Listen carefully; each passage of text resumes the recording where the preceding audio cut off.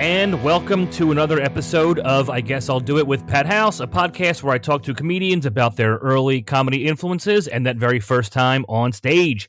Today, I have somebody who's been a buddy for a long time. It's been a while since we crossed paths, but earlier in my career, I felt like we were together a lot. Today, I have Joe DeVito. What's up, Joe?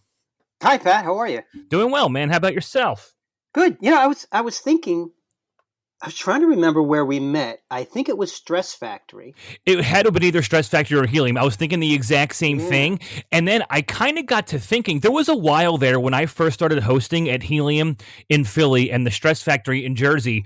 I was with you all the time. Like you and Ted Alexandro, I feel like I worked with like once a month for like 2 years straight. We did a lot of shows between Stress Factory and when Helium opened, and I think Magoobies, that's right. I did Magoobies with you, and I want to say we did something else together too, kind of in this tri-state area. Like you were just one of those guys I saw all the time because I was brand new to hosting, and the clubs were very good to me. And I know you and I did a handful of those like Sunday fundraiser shows at the Stress Factory. So yeah, for a while there, I was working with you all the time.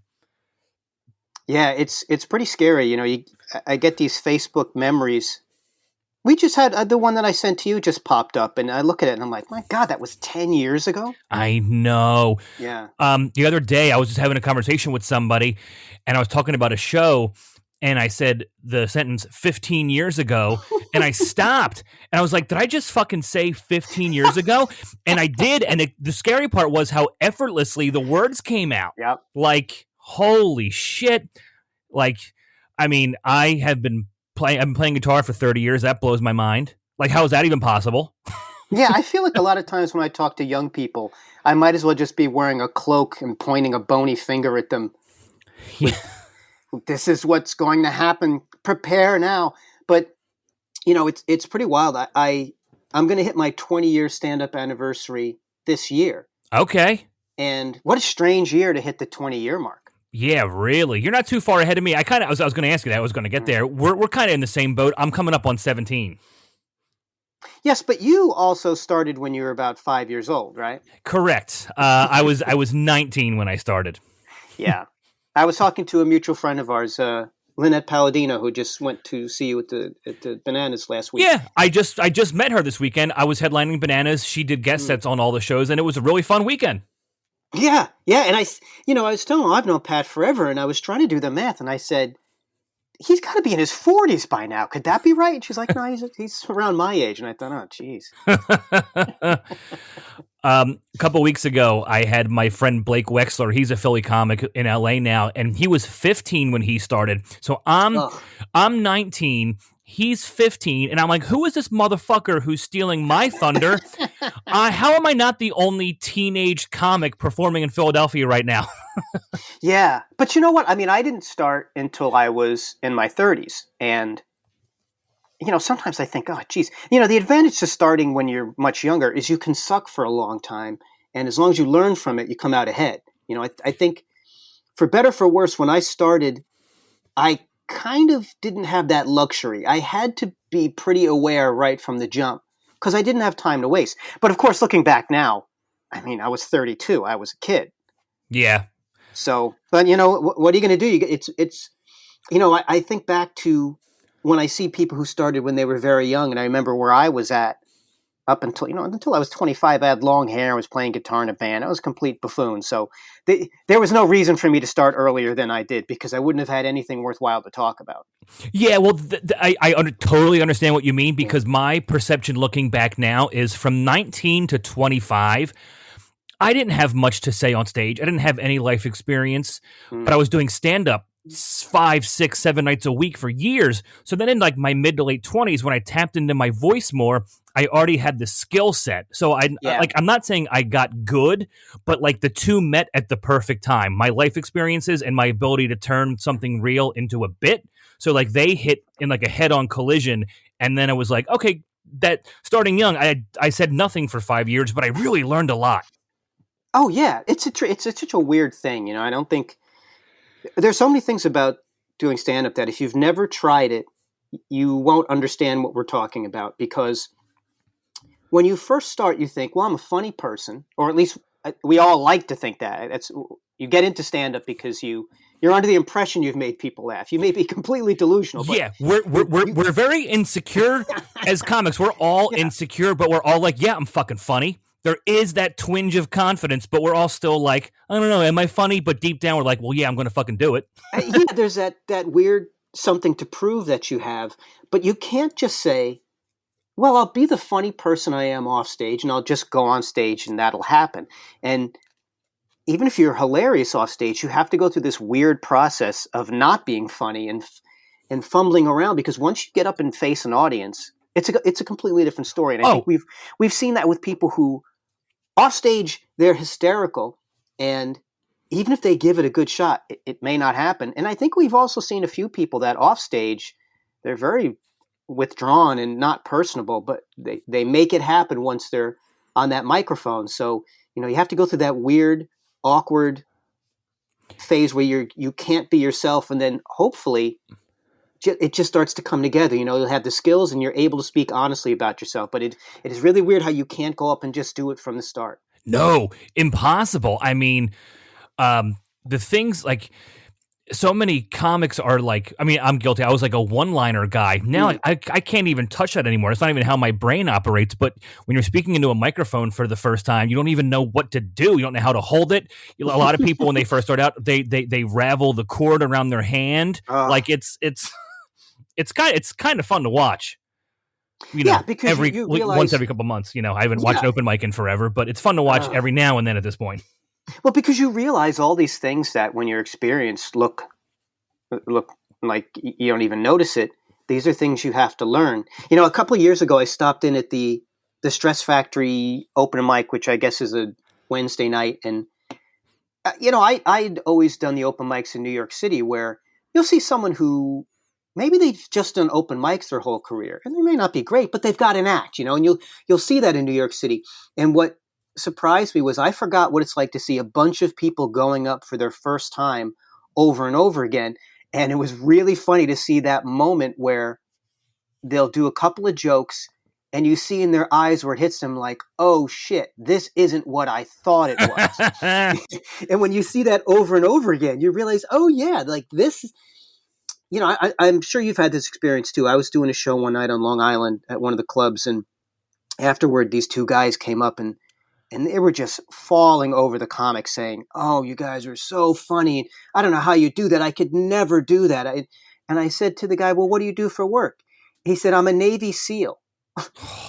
And I said, oh, you mean the job where they try to drown you during the interview process? But for him, going up and talking to a crowd, he was like, no way. So I don't know. I think it helps when you start to be delusional and maybe crazy and stupid, because I think all that counts the same as confidence for the first 2 years. Yes, it does. Delusional, crazy, and stupid. I'm writing those words down because that's so fucking perfect. Because we're probably all a little bit of all three. Yeah. So you started at 32. What? Okay. You mentioned that you were a musician. I've been playing guitar since I was 6 or 7. So comedy and music go hand in hand, whether it's on stage or not. Musicians love comedy, comedians love music. It all goes hand in hand. So when you were in a band in your 20s, was there was the comic seed planted at all yet? No. I always liked being funny, because when I was growing up, to explain a little bit, as a child of the 70s and then getting into my teens in the 80s, when I was a little kid, if you were a boy who didn't like sports or trucks, you were in a lot of trouble. Because those were the things boys liked. And if you didn't, I wasn't into those. So it was, being kind of a nerdy, unathletic kid, I had to find something else. And, when you get to junior high school, you can really get into music. But just for survival, I don't say survival like I grew up in the hood, but just for any kind of social status. Social survival. That's exactly what I was going to say. Yes. Like I had to learn how to be funny. And I always put a value on that. But, I grew up in a small town in Connecticut where the idea of becoming a stand-up comic, even right up until when I tried it, it was like, what are you talking about? No one. But then I had the unrealistic, fantasy of wanting to be a rock star. And I grew out of that. And then I still do. God. I know, isn't it? It's the best. It's the best fantasy. Oh It my is. God, I still watch live, Foo Fighters or the Clash live at Shea Stadium. Like, that looks like the funnest thing in the world. And even if I tell myself I'm a comic, it's not the same. I'm not a rock star. Yeah, it's true. It's true. People don't hold up lighters when we're telling our jokes, unless they're trying to burn down the venue because Yes, they yes. really don't like us. But so yeah, I always liked being funny, and by the time I started, I was doing humor writing on the side. I was an advertising and marketing writer, and I knew how to write something that if you read it, you'd crack up. But Oh, okay. so I knew joke structure, and I knew because I was a good writer, and I knew from advertising writing, it's to manipulate people into doing what you want using words. It's very similar to comedy. It's to get people to do something they didn't know they wanted to do with words. So my coworkers talked me into trying it, and I took like a 3-week class, and then they threw us on stage for our graduation show. And I remember just almost having a heart attack, but getting through it and thinking, well, that was interesting because that wasn't what I thought it was going to be, but I liked it, and I think I'll stick with it until I can kind of figure out what's going on here.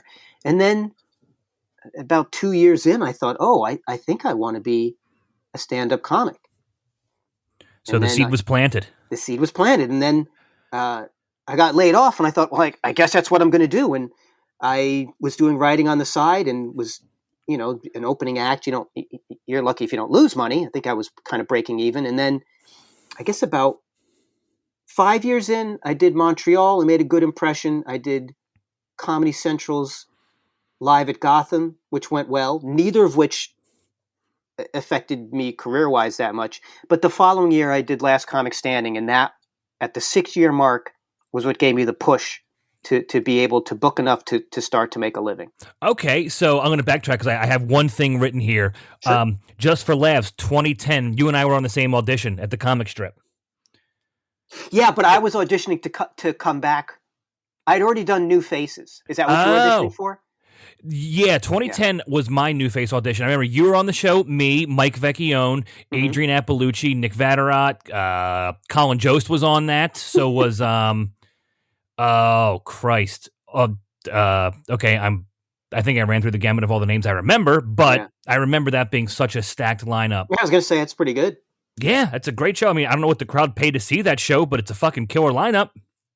I was talking to somebody about this recently, how we always like to hear about these old lineups and how they sound like, it's like when you see a flyer for an old rock and roll show and you think, oh, I can't believe all those bands were on one show.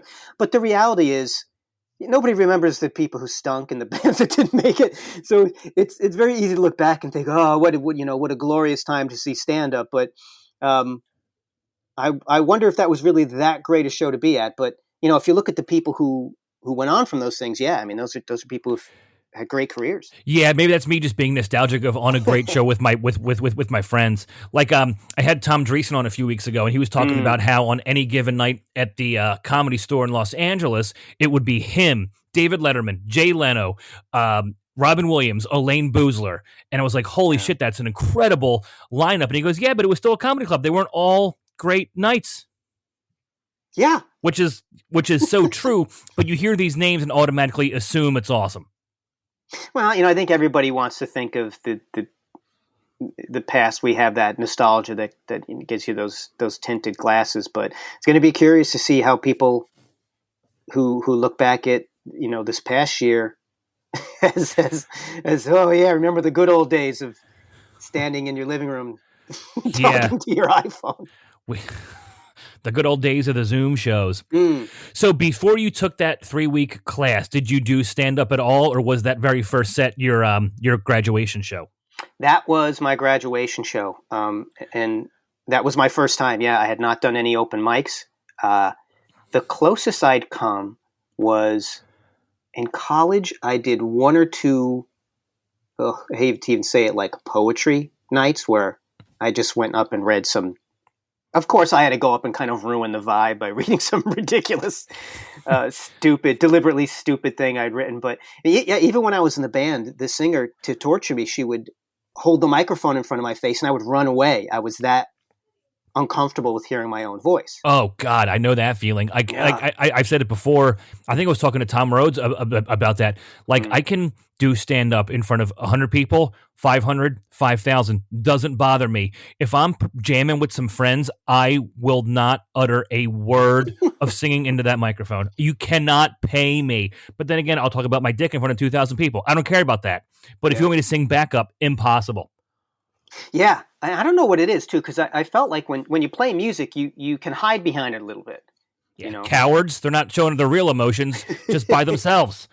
Well, any bands I played in, we played like punk, garage, metal kind of music. So if you didn't like us, you had to leave. So we were pretty much in control of what the vibe was because we were so loud. There was no, there wasn't the weird intimacy you get with stand up where. I mean, we've all done these shows, especially since, you were in New York for a while and you know what it's like where you'll do a show and there's 5 people and it can be an incredible experience. And part of it is you when you walk off stage or out of the corner of whatever basement you were in, you're like, man, I pulled that off. That's real comedy when you can connect because it's so personal. You can't deliver those jokes to this space that's floating 5 people over there, 5 feet over the people's heads. Yeah. You got to do it for real. And, you find out real quick if you're made for it or not, because when it doesn't go well, I think, everybody I think can imagine what it's like to kill on stage because then you just imagine what's the coolest experience you've ever had and then in public.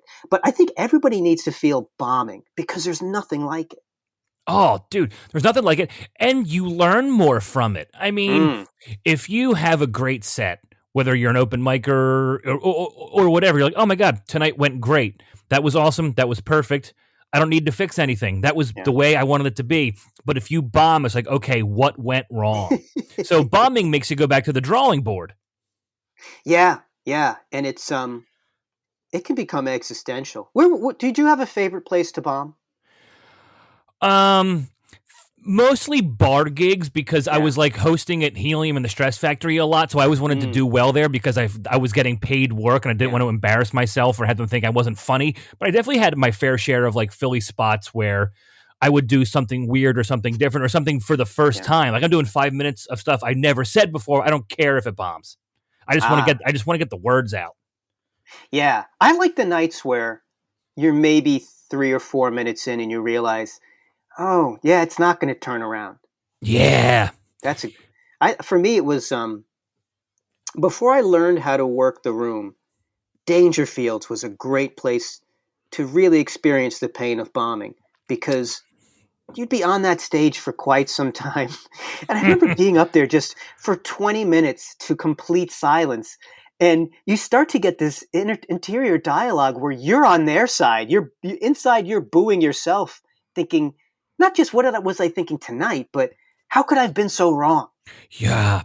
It's great. I really like that you mentioned Dangerfields in particular because when I lived in Hoboken for that year in 2011, they were very good to me. And I was there a lot on a Monday. I would go first after Quentin Heggs. And I think I had 1 or 2 good sets there ever. I ate my balls there every single time. And one time, Adrian Appalucci came with me, and I'm getting dead silence. And there's like 40, 50 people. The room isn't bad. Yeah. Dead silence. And I could hear her trying not to laugh, like that distinct sound. And then I came off stage, and clearly I know I'm bombing. I'm self-aware, and she knows I'm bombing. I go and sit next to her, and she just starts laughing so hard because it's always fun to watch your friends suffer. Yeah, because you watch their expression change. You watch them try and push back. You watch them try to it. Yeah, you see that moment in their eyes where do I do one more drink or ask this couple or one more joke or ask this couple how long they've been married? And that's the best part too about watching your friends bomb is that we can all point fingers because we've all been there. So she's watching me suffer, but she's done the exact same thing. So when you're both in the same boat, you know, there's an understanding there, and then you can bust your friend's balls because it's fun to watch them bomb. Yeah, and with your friends, their act, so you know if the material is any good outside of that. There have been times where, God, I think of some of those moments where you come off stage and I don't know. I guess that's one of the reasons I would tell new comics how important it is to get on stage a lot. So that way no one set becomes too much of a big deal. So that way, if you do great, hey, got to get back on the horse and do it again real soon. And if you bomb, you don't walk around carrying that, because I think I'm like most comics in that once you get competent, the good moments, as soon as you're off stage, it kind of fades quickly. But a real stinker, that'll stick to you for a while. Because I can tell you the worst gigs I've done. I can tell you in excruciating detail who was in the room, the lighting, the sound, what I ate. I can tell you everything. But at a certain point, when you become good, it just is what you do. So it's not the exceptional experience. I think you have to hold on to that a little bit. Oh yeah, absolutely. And I like that you say you remember everything about bombing too. You have a great set. You're flying high. You're riding the high. But if that doesn't go well, you remember every detail. Yeah. You remember the color of the shirt of the woman in the front row, what she was eating. You know what happened to me a couple weeks ago? I was doing a show, and it was one of those nights where it was a little on the rougher side. And I'm like, I got to be at minute like 37, 38 now, coming down the home stretch. I was at like 24. Mm-hmm. And it's like the magic time does a weird thing when you're on stage. Absolutely. It's elastic, because when you're doing well, you'll look at your watch and an hour has gone by. And when you're eating shit, you get like 5 minutes. It's like a nightmare. It's just never ending. So yeah, it's and then you get back sweat immediately. Like, So how did that very first set go? That graduation show, that very first time on stage, because you had, you took the little class, so you had some preparation, probably a receptive, supportive crowd. Yeah, it went well enough. Okay. I do have a friend of mine recorded it on this crazy video. It was one of the first videos you could record on. I don't even think it was on a cell phone, because we're talking 2001. So it was on like a little digital camera, and you could record a couple of seconds of video. Oh, and nice. I'm talking a mile a minute with no pauses. Yep. But I did okay. I do remember one moment where, I said a joke and I forgot what came next. And I paused, and then I said out loud, "Oh, sorry. Sorry, because I forgot what I was going to say next." And when you watch the video, there's no perceptible pause. So that idea that there was a drop in the set, it existed only in my own mind. Oh, that's funny, because okay, that falls under the umbrella of when we think something has gone wrong and we dwell on it and we dwell on it. That's all we can think about. And then you talk to your friend or somebody who saw the show. They have no idea what you're talking about. Yeah, I felt like I was standing there for like 5 minutes, just not saying anything. Like they were getting ready to throw tomatoes at me, like little rascals, Or you're like, "Oh man, I forgot to do half this joke," and they're like, "I couldn't even tell." Yeah, they don't get a script. I mean, I think I think we're seeing that now that live shows are coming back. That you see these comics go up and have perfectly fine sets. They get plenty of laughs, and they come off stage and they're like, fucking throwing chairs around. And people are like, "What is your problem?" Because we know what it's supposed to feel like and what we're supposed to feel like. But the audience does not get an advanced copy of what it is we're going to say. 90% of the shit we go crazy about is probably only noticeable to us. Yeah, that's the incredible narcissism of the stand-up comic, that even what it takes to get on stage and say, "I'm going to talk and it should be amplified and you people should react to it." That's the way a crazy person thinks. Mm-hmm. And then we combine that with this, obsessing over details. I've always said, like with stand-up, like there is a bit of narcissism and you want to be amplified. And like I said, we're all insecure, but I've always gone by the fact of like, I talk, you don't, we all go home. Like that's how I describe comedy at a base level. Yeah, that's pretty good. So, but I mean, that's because I also don't like talking to the crowd either. So that's pretty much what that stems from. It does ruin it a little bit. Whenever I've done private gigs and they say, "Oh, we have a seat with you at the table right up front," and I tell them, "You know what? Is there a closet or a coat room I can sit in before?" Because it just feels, even if you have a great set, and then you just walk off stage and there's no music or anything. It's this Oh, weird moment of, oh, and now back to this guy just being some random and person. then everybody watches you like walk away from the stage to the buffet table or to the back room or whatever, and you just feel the eyes burning on your back. Whether they loved you or not, they're still just Yeah. staring at you. Yeah, you quickly go from a star that, I remember reading, there used to be this website about, was really dedicated to road comics, but the guy made a good point. He said that when you're working the road and you have a really good set, and maybe you're a single guy, maybe you're looking to hook up or you're just bored or whatever, that if a bunch of people say, hey, come out with us, we're all going to get drinks, he said, don't go, because once you leave the magical place of the venue, as soon as you're in the parking lot, you're just this guy they don't know, and you'll end up at some bar surrounded by people you don't know, maybe wondering, how the hell am I going to get out of here? So yeah, whatever magic you're trying to work, you have the venue, and if it's in the hotel, you've got until the lobby doors. But once you step out, you're just another guy. That's 100% true. I've always thought that, but never really realized it like that. Mm, And I've always declined down those invites anyways. Like, I have my friends and I enjoy going home after the show, but yeah. in my younger days, in my like 20s and whatnot, the after show invite to hang out was never fun. It's always like, this bar is too loud. I don't know Yeah. these people. This isn't fun. Do I have to buy a round of drinks? I don't feel like drinking shots. Like, Yeah, and you're expected to continue being entertaining. I know And it's we so much more. Oh, go ahead. Go ahead. No, go ahead. let's just say that and I think we know comics who do that, and they're always the most insufferable guys. Oh, God. Yeah. Yeah. Because it never turns off. Yeah. Whereas, like, there's been times on the road, and even though I love doing stand up, I'm in the club, I'm on stage, I have a drink at the bar by myself with the comic afterwards. But in an hour, I'm going to be in my hotel watching YouTube, and that's what I'm looking forward to now. Yeah. Yeah. I think that was something that I was glad that I'd done a little bit of the wannabe rock star thing when I was younger, because by the time I was doing stand up, just the idea of getting drunk and doing all, getting loaded after. And I had noticed for a while when I was working the road that, a lot of times these clubs, they're in the hotel where you're working. And there were some times where I was like, yeah, let me get a little plastered. And then to just, limp back to my room, it was gross and depressing. So I decided, I like to work out. I'll find a local gym in town. The next day, I'll go do that.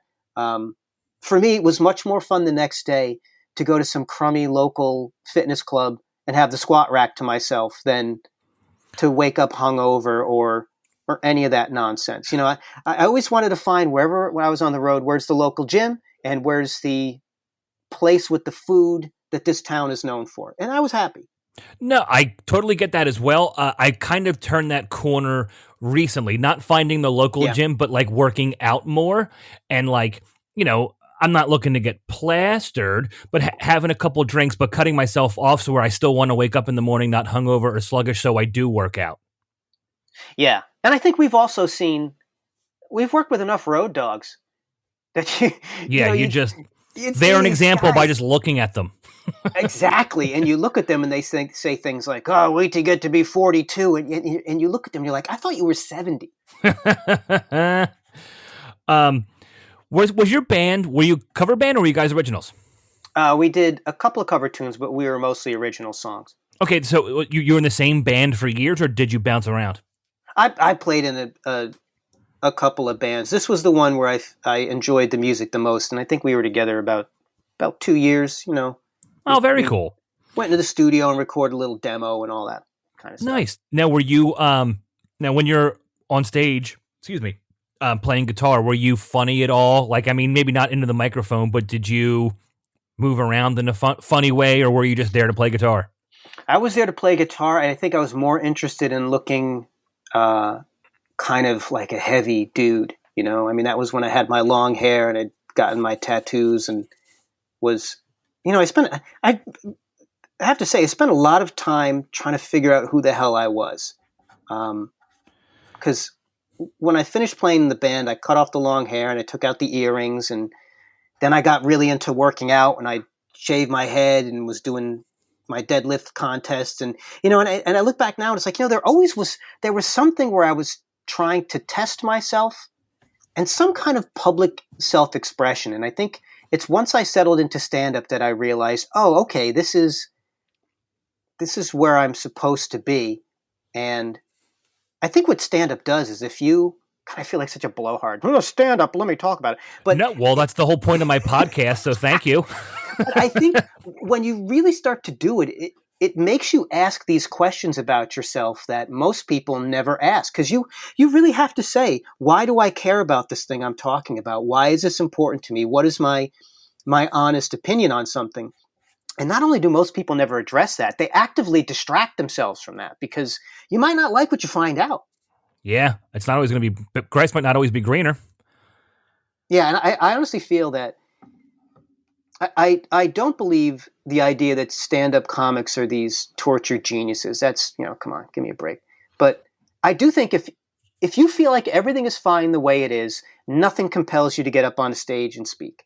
So just the fact that you're doing stand-up, you feel like there's something that needs to be addressed, whether you feel like it's, something big like injustice in society, or maybe it's just irritation, or maybe you didn't get enough attention you were growing up. But if you think everything is cool the way it is, you don't get up and do stand-up. You go do something else.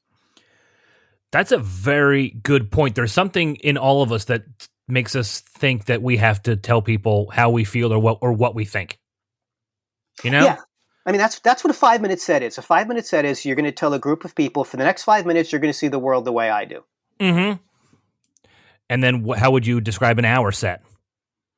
Getting to know the comic as a person? Yeah. I think once you cross the 10-minute mark, you've got to start getting... There's a responsibility now. Yeah, I've always felt like that. Even with great one-liner guys, I feel like I can't really listen to them for more than 10 or 15 minutes, because then it just becomes recognizing patterns. And even if the jokes are clever, I don't know if they really reveal too much. But yeah, if you're hammering out one-liners, you have to be very good at misdirection. Like the punchline has to be so far away from the setup to where the jokes are new again, so it's not like setup, punchline. You really have to take it somewhere. Yeah, and there are exceptions. Like, I'm always surprised when I don't hear comics mention how great Rodney was, because Rodney was amazing that he was his premise, so that he was his setup, and then the rest was all punchlines. His whole act was just punchlines based, just amazing, tight, well-wound, well-crafted punchlines based off the same thing. I'm glad you mentioned him. Have you been to that comedy museum in Jamestown, New York? No. It's a cool spot. They had a handful of Rodney's notebooks, and I spent like an hour. I mean, they're behind glass, obviously, but I spent like an hour just reading those because it was his handwriting, a bunch of one-liners written, shit crossed off, arrows pointing here, bullet points here, and I was like, oh my God, like my notebook looks the same way, but it was Rodney's, and I'm glad you mentioned him because it was fucking cool to see his work on paper. Not just the jokes, but how he made them work on paper before he took them to the stage. Yeah.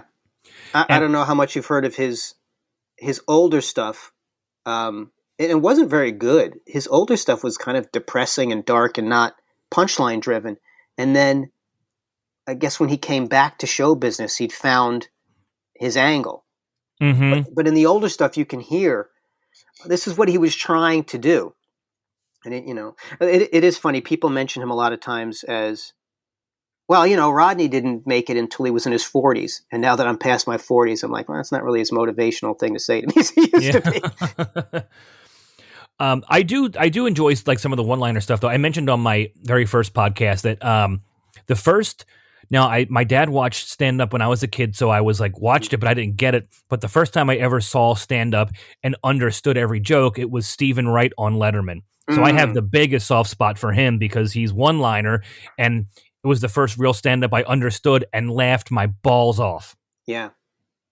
Yeah. A guy like him, when you laugh at one of his jokes, it's a weird relationship you have with a comic like that, because when you laugh at his jokes, it's like you're rewarding yourself that you figured it out. I never realized it that way, but I see exactly what you mean. Yeah. I wish he toured more. I mean, obviously, what I'm talking about before COVID. Like, I've only seen him once in my entire life. Yeah, but see, he's another guy where I get 10 minutes of him and I'm good. I saw him once. He did like an hour, and I was definitely on board the entire time. Yeah. But I see exactly what you mean. Like, I totally get that. His style or whatever does not lend itself to everybody's attention. Yeah. Totally get that. So, okay, I wanted to backtrack before I forget. When you were in the cover band, but before you did stand-up, were you watching stand-up at all? No, we're talking about the early 90s when stand-up was considered gross and very uncool. That's hilarious because is that because the boom had just ended and it wasn't really a thing anymore, you think? Yeah, I think the boom had ended. I think the idea of alternative anything was just starting to crop up. Mm-hmm. The idea that there was some sort of mainstream entertainment that was very lame and self-congratulatory and very, I guess what they would call basic now, and that there were other ways that you could get together with other people with other points of view. And to give an example as far as stand-up, that a couple of years ago I was at a used CD and DVD store, and they had a box set of Best of Evening at the Improv or something like that. Comedy on the Road, those shows. Oh, yeah. And I was watching them, and I thought, oh, this is why alternative comedy popped up, because comic after comic was the guy in front of a brick wall with his blazer sleeves pushed up, and there just were no surprises. It was all very formulaic. And then, it's interesting on those videos, the one who stood out was Janeane Garofalo, who was probably in her, I guess, early 20s then. And yeah, she wasn't sharp joke teller like the other people, but point of view, the character was so strong. So that was when I was around that age, to be a stand-up comic was, it just, even if you look at how stand-up comedians were portrayed then, it was a guy in a plaid jacket with people throwing things at him, and it just was very, very uncool. And that's also that's funny. You're the first person to point out that perspective, but I see what you mean based off that time. And when I've seen Evening at the Improv, and I have some of those old DVDs, and you're exactly right. It's the same person, whether the comic is black, white, old, young, gay, straight. A lot of that shit was very, very formulaic. It was just like a robot almost. Yeah, and you see some of the names, and it just seems like the same person over and over again. But everything goes through those phases, and then alternative comedy came around, and then that became its own played out version of itself. I guess it's like anything else, it has to keep reinventing itself. But with that said, I like old school comedy because I like jokes. There's something about the construction and the mathematics of jokes that is very appealing to me. So, even in my own act, as I've started to talk about more personal things, it's still the way I present it that is very joke driven. I'm very into that. Try to get a laugh every couple of seconds. Yes. Oh God, yeah. I've always abided by that too, and I think that stems from I just self-diagnosis here with my comedy thing, but I think I caught that from Dave Attell because I am just I'm a fan. And I liked him a lot before I even started doing stand-up. Yeah. But then once I got into stand-up and listened to his CDs and his specials over and over again, I was just amazed. And a lot of comics do this, but I first noticed it with Attell. He is rapid machine gun fire. Yeah. Like, it's just bam, bam, bam, bam for an hour. And I was like, man, get as many laughs as you can, cut the fat, like, try to be like Dave Attell, but don't try to be Dave Attell. But let's get that fucking every couple seconds have something every time. Yeah, and when you listen to him, there's nothing to cut out. No. He's, there's even, he has a couple of jokes that I'd love to give as examples to people. I don't know, it's probably not cool to mention another comedian's joke, but we're just talking shop here, so and we're giving credit where credit is due. Of course. He has that joke where it's about breastfeeding. And he says, the other day I was watching my cousin breastfeed for a couple of bucks, And then he goes into the joke, and it's like, holy shit, he's given you two things to laugh at in this setup. He hasn't even gotten, like, why was he watching his cousin? And then for a couple of bucks, it's trying to get every word to be funny. That's the goal. People have asked me, if you had like a magic wand and you could improve your act magically, what would it be? And, the truth is, I would like to go up, I would like to say one word, one syllable, and the audience lasts for 45 minutes because it was the perfect choice. So anything less than that requires editing. I'm going to say another Dave Attell joke with two jokes in the setup. A lot of people are against drunk driving. I call these people the cops. Not all people, a lot. That to me is funny. A lot of people are against drunk driving. I call these people the cops. And then he says, but sometimes you got no choice. Those kids got to get to school. Yeah. That's two sentences and like 4 jokes. Yeah. And look at the point of view in there. Yep. It's, I think my favorite Attell joke is, I hate to travel, I guess, because my father used to beat me with a globe. Oh, dude. That's so funny. Who here has never had a bad time with a firework? Raise your hook hand. But you see, when he tells a joke like that, this is where, okay, what happens in your brain to make you laugh? Now, when he says, I hate to travel, okay, you know what he's talking about. I guess because my father used to beat me with a globe. So it sounds like it makes sense, but it doesn't make sense. It's tricked your brain. So what it really does, it's made your brain squirt out chemicals to cause electrical reactions for complete nonsense. So a joke like that has affected the physical composition of a part of your body. It's incredible. There's so much science behind it. Okay, so this blew my mind too. So I'm like a year into stand-up, and I'm obsessed with Dave's album Skanks for the Memories. He comes back to headline the Tower Theater, and Joe DeRosa and Jay Okerson open, 2 Philly guys who I kind of knew. So I'm on cloud 9 because I know the 2 openers who are opening for Dave Attell. So this is the greatest night of my entire life, right? Dave did so many of the same setups from Skanks with completely different punchlines. Amish sex was totally different. The travel jokes were different. He may take the exact same wording, and I was like, oh, I know this joke. Oh, no, I don't. And that happened his entire headlining set. And that blew my mind as well, that he had 1 hour and then had another hour off of that hour. I was like, what the fuck did I just watch? Yeah, I think that shows a guy like that is never satisfied. It doesn't rest on his laurels. And, it's fun because as someone who would watch him over and over again, you're like, God damn it, how did he surprise me? I would have been perfectly thrilled to hear the version I was expecting. Yep. But then he gets you with it, it's he actually said to me one time, oh no, go ahead.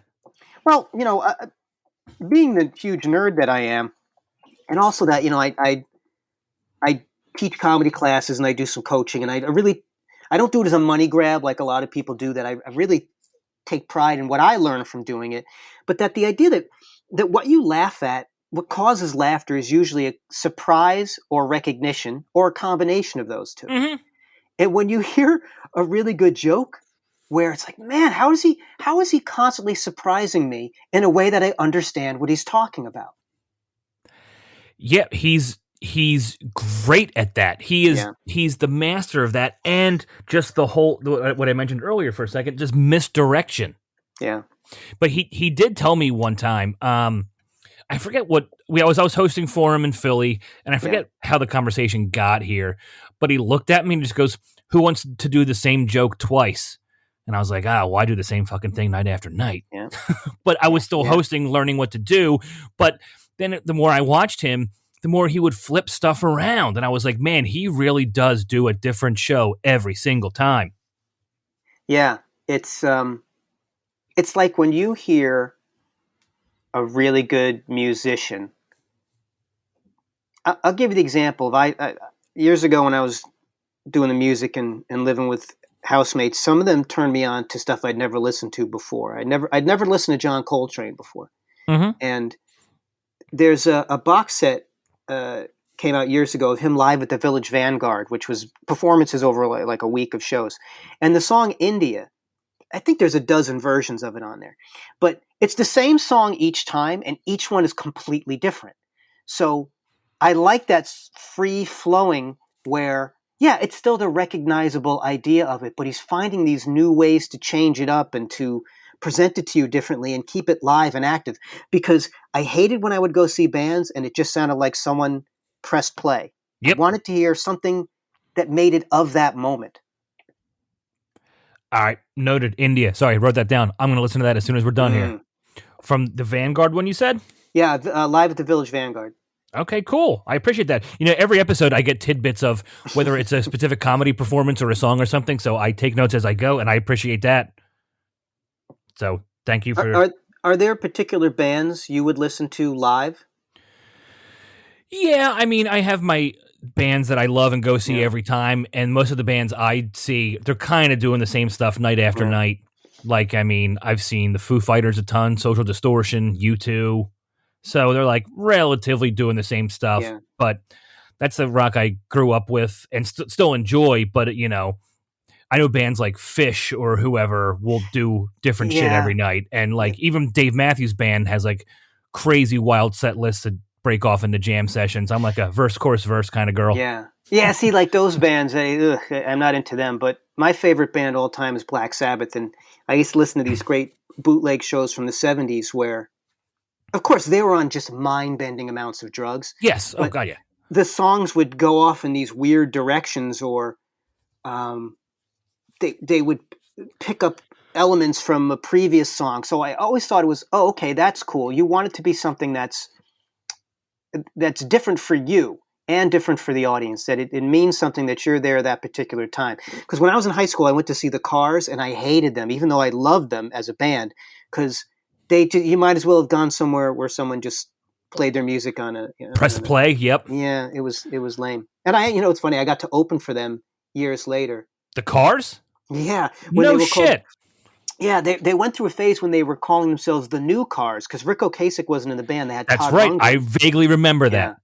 I remember that because it was at I guess it's called North Fork Theater. It used to be Westbury here on Long Island, and I was on a revolving stage because it was in the round.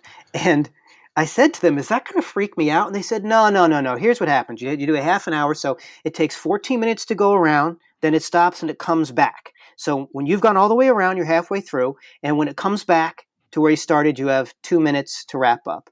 I thought, great. And I said, but it's not going to be weird. They said, no, you won't even feel it.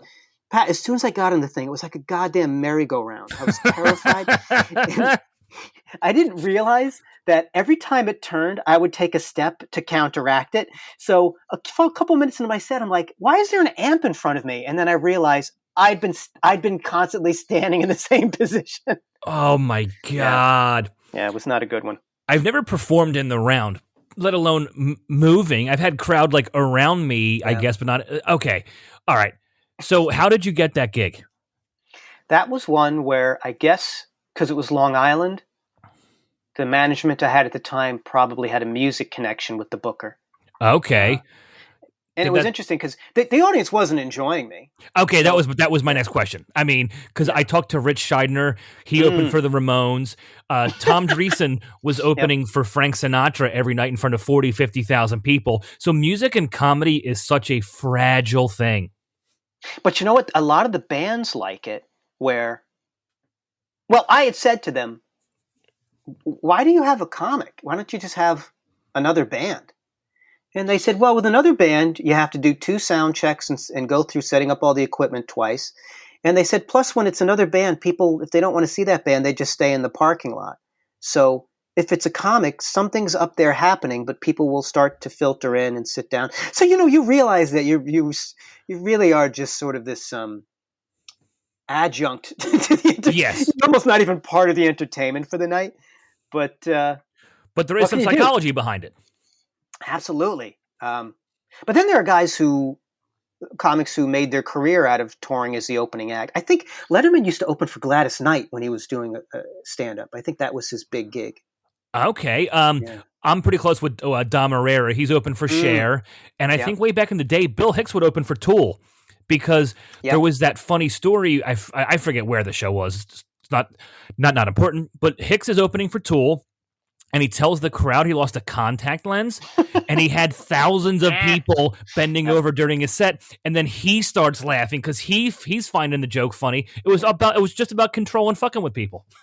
Oh yeah, well, Nirvana used to have Bobcat open for them just to antagonize them. I forgot about that. Yeah. What's funny, I forgot about that, and I'm a huge Nirvana fan, but I totally forgot about that. He's the perfect guy for that too. I could actually see that being a decent pairing. Now, you see, take a look at somebody like Bobcat, who I guess he was mid-'80s, I guess, because the Police Academy movies were early and mid-'80s, I think. Yeah, I think so. Yeah, he's one of those guys where you watch him and think, man, this guy did his own thing at what must have been tremendous emotional cost, because you couldn't put something like that just in a lineup at a comedy club. People would have gotten enraged, and I'm sure that they were, but I don't know. I've always kind of liked weird acts, even though my act is not particularly weird. I remember doing a show at. Were you around for comics when it was in New York City? I was doing comedy, but I wasn't going to New York, so I was aware of it. But I mean, I've never stepped foot in the place, but I knew exactly. But I knew what it was. Well, it was a really fun room, but they had a bit of an identity crisis because they wanted to be upscale and a little bit higher end, but the bookers had a real taste for alt type acts, which those things don't go together. People who like alt acts they're just as happy to see them in a music venue or whatever for $8. They don't want to drop $80, But I remember working a weekend where I hosted Maria Bamford Middled and Andy Kindler closed. And for me, that's two of my all-time favorite comics.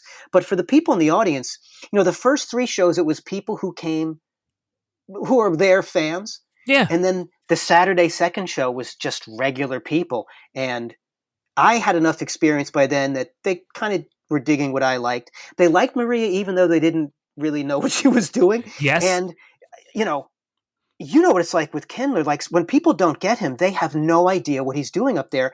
And it kills me because I would be howling with laughter. And in the audience, they didn't know what he was talking about. Yep. So it goes to show that, you have this appeal across these different audiences. And that sometimes there's been times where I've gone to see Andy where I would see people from joke to joke, a third of the people howling, a third of the people enjoying it, and a third of the people bored and confused. And it could be within the same groups at the same table, the same groups of friends. Uh-huh. Yep.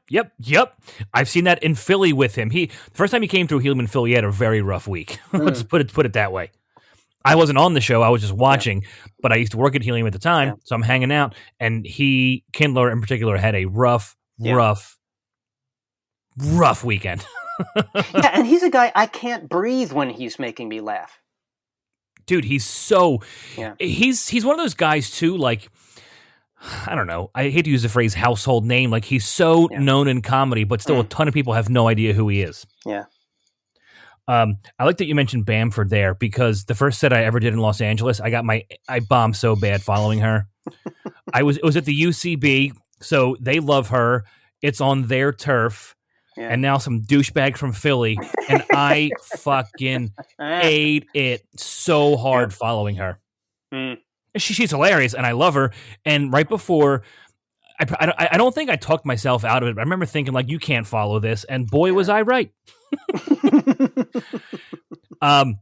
So on that note, I do love a good horror story. Is there any bomb that you can think of, or just Nightmare Night that still makes your skin crawl when you think about it?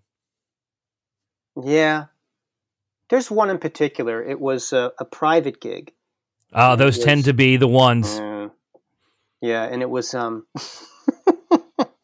It's one of these things where I think every detail I give you, your asshole is going to tighten up just a tiny bit more. It's going to calibrate. It was a private gig. It was in New Jersey. It was at a country All right, enough said. Got it. Well, hold on. There's more. Don't answer yet. It was in the afternoon, and it was a all men's golf outing. So, I've done those. Yeah, and I got there, and the the booker's partner was there, and she's talking to the representative of the venue, and he's saying, okay, well, here's where they're going to have the lunch, and here's where they're going to be sitting. And I'm looking around, and there is nothing you would think would be an area where a person would perform. So I had to say to him, like, well, where am I going to be standing? And he goes, oh, over there. And he points to, at the end of the row of steam trays for the buffet, there's a doorway. And I noticed there's this wimpy looking mic stand there. And I said, oh, is there any lighting? No. Is there a PA? No, you're going to go through the PA speakers above. Oh. I said, oh. And I said, well, they're not going to be eating while I'm talking, are they? He said, no. Actually, they're going to be, while you're talking, the staff is going to be converting the steam trays into a sundae bar. So I said, okay. So, I'm taking, you start to take these things and think, I can make this adjustment. I have to make that adjustment. So he said, so what do you think? And I said, well, it's not the best setup, but, I'll do the best I can. And he went, oh, okay. So he walked away, and the woman from the company looked at me and she said, I can't believe you said that in front of the client. And I said, I can't believe you're setting me up for this. She said, what do you mean? And I said, do you realize how badly this is going to go? They can't see me. They can't hear me. There's going to be all this commotion. They're drunk off their asses. I said, and she was like, well, I don't know. Then she actually said, well, what if I got a chair? And I said, are you proposing that I stand on a chair? And she said, I'm just trying to help. So it gets closer to when the things going to start. They come tumbling in, and they're shit-faced, and they're just assholes to begin with. So right when the show's about to start, she says, all right, well, I got to go. I'll check with you later. And I was like, oh, you bitch, you're leaving me here to do this by myself. And the first couple of minutes, they're yelling stuff at me. Someone I found bats of butter on me. They're throwing butter at. They just were awful. So I'm sorry, but this is the shit I love. Yeah, and I knew if I don't do this 30 minutes, they're not going to pay me. And they had kept saying to me, don't be dirty, don't be dirty. The woman we had last year was dirty. And I'm like, all right. I won't. So I know I don't even have the option of saying, fuck you, you ass. I can't. So yeah. So I'm going around, and I'm trying to do crowd work, and they're just all talking over me. And I'm thinking, how do I fill up these 28 minutes? So I remember this table of older guys waved me over, and they said, tell us like a joke. So I don't really do street jokes, but I told them the best one I know. And when I finished, they're just staring at me. They didn't get it. And I was like, I even said, you've got to be kidding me. So as I'm wrapping up, I'm walking to put the mic back in the stand.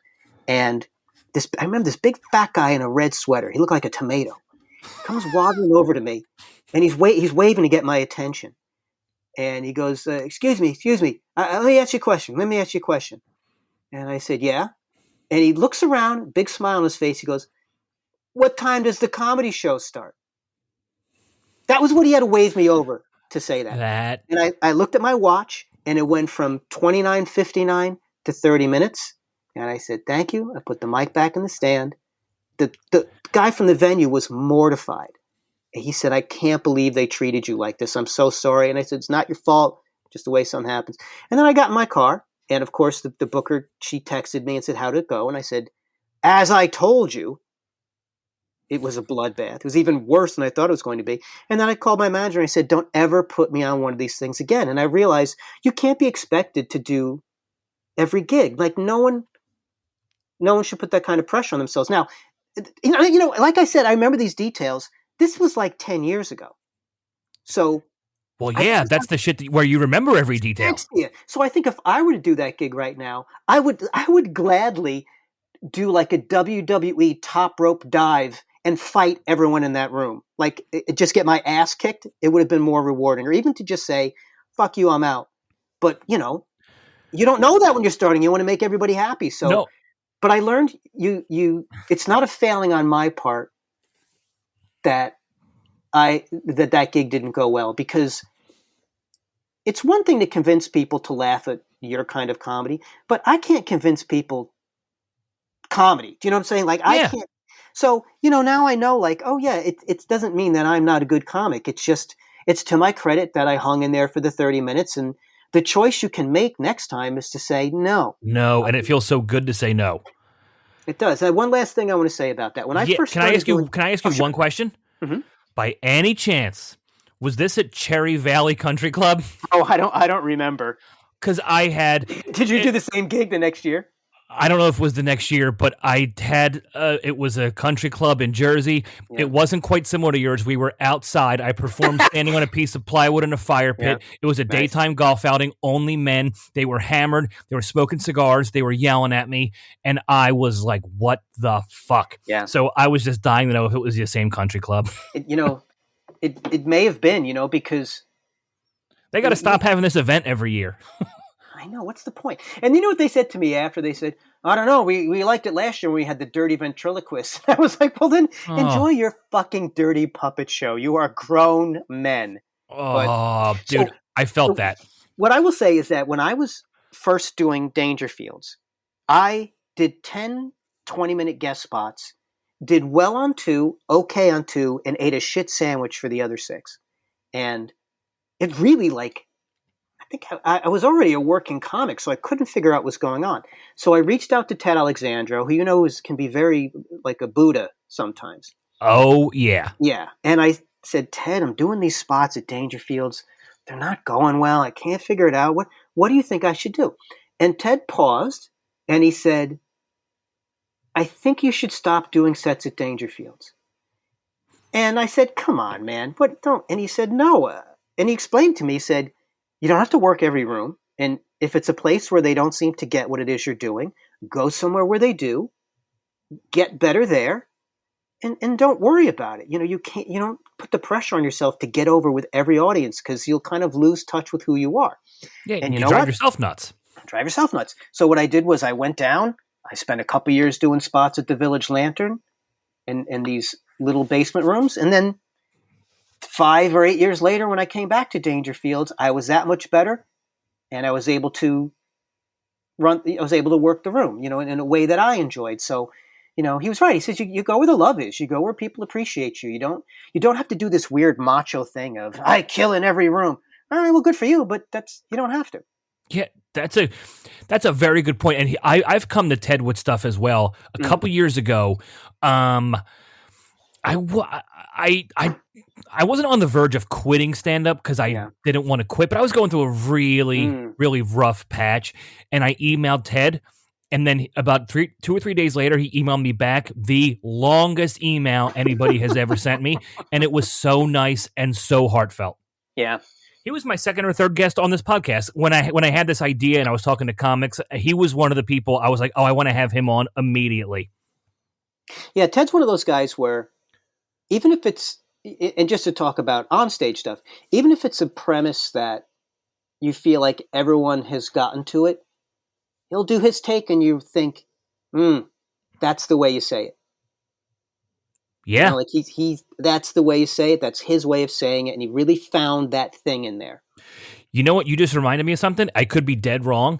I think the first time I ever met you may have been at Helium when Jim Two's hosted, you were the middle, and Ted was headlining, and the old manager let me do a guest set. I remember that show. I could be that was St. Patty's weekend. I think I may have met you before then, but okay. Maybe not. I don't remember. I can't recall what year that was. Maybe we did meet before, but I remember Ted let me do guest sets that weekend on I don't know, 1 or 2 of the shows. And I remember Two's, you, and Ted. And I remember being so stoked to be on that lineup. That's a good show. I remember in the green room talking to Ted because I'd never met Jim before. And I was like, this guy's good. And Ted said, I like him. He doesn't do any crowd work. He gets right in the material. Oh, God, yeah. That was a night I heard Ted did a bit that I'd seen him do on, I don't know, Conan or something. It was a bit he'd had for quite a while. And he added something new to it that was hilarious. And when he came to the green room, I said, when did that part happen? And he laughed. And he goes, a couple of months ago. So I remember thinking, oh, shit. Here's a bit that's great. He's done it on TV, and he made it even better. That you don't stop, even within a bit. you still look for a way to make it just a little bit better when you can. Absolutely. I think that's what Gary Goldman said. Unless the crowd is saying the bit along with you, it's never finished. That's a good way to look at it. Yeah, absolutely. Dude, thank you for being here, man. I really appreciate you hanging out and talking to me today. Well, right on, man. It's long overdue. Oh, absolutely, man. Hopefully we cross paths this year at some point. Are you doing any live shows? Yeah. Nice. I don't know, when does this go up? Probably in about a month. I'm like 4 weeks out. Ballpark. Okay, I got a few things booked. I really have to go in and update my calendar, which I haven't done in a while. I looked at your website and saw this was on your calendar. My podcast. Ooh, you know why? I think... Is it synced to your... I think it's synced. It probably didn't mention any dental appointments and stuff. Because it's so, like, whenever I talk, even though I know all my guests, I still do a little bit of research, recall memories, look at YouTube clips. I'm on your website. I look at schedule, and it says, I guess I'll do it with Pat House. I guess, right? There you go. Well, I can say this, that, it was an absurd, painful, annoying year that we've had. One thing that's been good for me is that my dry bar special has blown up. Nice. I think it's at 1.8 million views on YouTube and over 3 million views on Facebook. Oh, that's awesome, dude. Congrats. Yeah. That's awesome. It's pretty cool. So if you go to either of those and just put in Joe DeVito Dry Bar, you can watch the whole special. It's clean, so you can watch it with your family if you so choose. And I watched it once they put it back up, and I thought, oh yeah, this has got some good jokes in it. It's nice to see it and think, yeah, I can take some pride in this. So I think people will enjoy it. That's awesome. We don't give ourselves, as comics, we don't give ourselves credit enough. I'm glad you said that, because we beat ourselves up, and every now and then, you have to acknowledge that, hey man, I really like this. This is funny. I'm proud of this. This may be however many years old, but I really like this. Yeah, I think a lot of times, by the time whatever it was we were worried about is out, we're already on to worrying about the next thing, which is, it's not a fun way to live. So you got to sometimes appreciate and take a look and say, yeah, I put in the work. It came out well. People enjoy it. So that's a good thing. Wow, dude, congrats, man. That's awesome. I'll check it out. I haven't seen your special yet. Even though I haven't watched too much Dry Bar in general, but I'll definitely check yours out. So cool. Congrats, man. Those are awesome numbers. Yeah, it's pretty crazy. That's awesome. All right, Joe DeVito, thanks for being here, dude. Awesome. Thanks, Pat. You got it.